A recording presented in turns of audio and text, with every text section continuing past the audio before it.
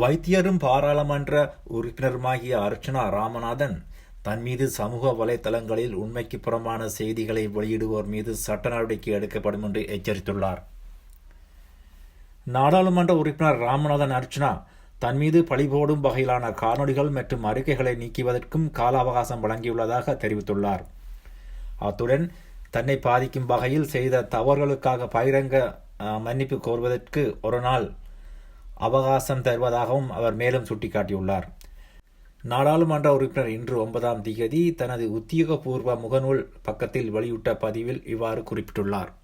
அந்த பதிவில் அவர் மேலும் தெரிவிக்கையில், என் மீது பழுபடுவதற்காக சமூக ஊடகங்களில் பரப்பப்படும் உங்கள் வீடியோக்கள், ஸ்டேட்மெண்ட்களை அளிப்பதற்கும் தனிப்பட்ட ரீதியில் ஒரு நாடாளுமன்ற உறுப்பினராக எனது நாடாளுமன்றத்தில் உள்ளே நடக்கும் சம்பவங்களை பகிர்ந்து மான நஷ்டம் ஏற்படுத்தும் வகையில் தெரிந்தோ தெரியாமலோ நீங்கள் செய்த இந்த தவறுகளை மன்னிப்பதற்கும் உங்களை சட்டரீதியாக கேள்விகளுக்கு உட்படுத்தாமல் இருப்பதற்காகவும் பகிரங்க வழியில் மன்னிப்பு கேட்பதற்கு ஒரு நாள் அவகாசம் தருகின்றேன் என்றும் அவர் மேலும் தெரிவித்துள்ளார்.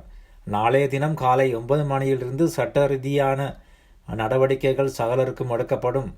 என்னை மன்னித்துக் கொள்ளுங்கள். அதன் பிறகு எடுக்கப்படும் எந்த ஒரு சமாதான நடவடிக்கைகளுக்கும் என்னால் மன்னிப்பு வழங்க முடியாது என அவர் குறிப்பிட்டுள்ளார். யாழ் வடமராட்சி கிழக்கு உடுத்துறை பகுதியில் ஒரு தொகை போதைப் பொருளுடன் நேற்று அதிகாலை கடற்படையால் ஒருவர் கைது செய்யப்பட்டுள்ளார்.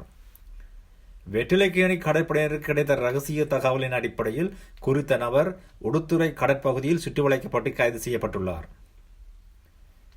8 உரப்பைகளில் ஈரமான நிலையில் போதைப் பொருள் காணப்படுவதால் மேலதிக விசாரணைகளின் பின்னர் போதைப் பொருள் மற்றும் சந்தேக நபர் மருதங்கேணி போலீசாரிடம் சட்ட நடவடிக்கையாக ஒப்படைக்கப்பட்டுள்ளார். போதைப் பொருளுடன் கைது செய்யப்பட்ட சந்தேக நபர் கட்டைக்காட்டைச் சேர்ந்தவர் என்றும் சில மாதங்களுக்கு முன்பு ஒரு தொகை போதைப் பொருளுடன் கடற்படையால் கைது செய்யப்பட்டு சிறை தண்டனையின் பின் விடுதலை செய்யப்பட்டவர் என்றும் கடற்படை தெரிவித்துள்ளது.